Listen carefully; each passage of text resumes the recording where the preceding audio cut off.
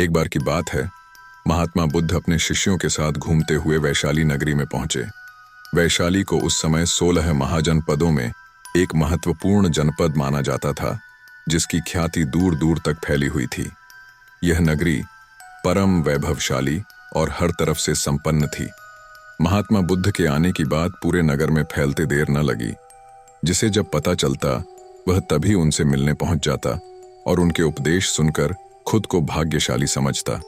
बुद्ध का चरित्र ही ऐसा प्रभावशाली था कि उनसे प्रभावित हुए बिना कोई नहीं रह सका।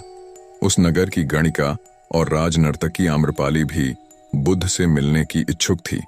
वह खुद महात्मा बुद्ध के पास चलकर आई और उन्हें अपने घर भोजन के लिए आमंत्रित किया। उसने इतने सरल और प्रेम भाव से बुद्ध से विनती की कि बुद्ध मना नहीं कर सके। जब यह बात उनके शिष्यों को पता चला कि महात्मा बुद्ध ने एक गणिका का आमंत्रण स्वीकार किया है, तो सबने इसका विरोध किया। महात्मा बुद्ध ने बड़ी सरलता से अपने शिष्यों से कहा, मैंने तो उसकी प्रेम भावना देखी। उसने जिस भावना से मुझे बुलाया है, वह बिल्कुल पवित्र और निश्चल था। वह आज मुझसे मिलने एक गणिका बनकर नहीं, बल्कि एक भक्ति भाव से आई थी। फिर भला मैं कैसे उसका आमंत्रण स्वीकार न करता, वह चाहे एक वेश्या हो या फिर कोई सन्यासी। यथा समय बुद्ध आम्रपाली के घर भोजन के लिए गए। वह पहले से ही भोजन की सारी व्यवस्था करके भगवान बुद्ध के आने की राह देख रही थी। मन में यह विचार भी आ रहा था कि कहीं बुद्ध अपनी बात से मुकर न जाए। इतने बड़े सन्यासी भला क्यों एक वेश्या के बुलाने पर उसके घर आकर भोजन करेंगे।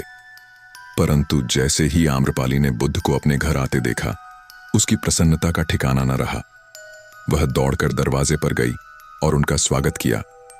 खुद अपने हाथों से भोजन परोसा और उनकी आवभगत की। महात्मा बुद्ध के शिष्यों ने, जो उनके साथ आए थे, जब एक वेश्या को, जिसके कदमों में खुद सम्राट बिबंसार से लेकर अजातशत्रु थे, पूरी वैशाली जिसके एक झलक पाने के लिए तरसती थी, उसे एक सन्यासी के लिए ऐसा व्यवहार करते देख बुद्ध के शिष्यों के मन में अपने गुरु के लिए सम्मान और ज्यादा बढ़ गया। आम्रपाली ने महात्मा बुद्ध के व्यक्तित्व के बारे में जैसा सुना था, उनसे मिलने के बाद वह उससे ज्यादा प्रभावित हुई और उसी समय वह बुद्ध की शरण में चली गई। अपनी सारी संपत्ति वह बौद्ध मठ के नाम करके आजीवन भिक्षुणी बन गई।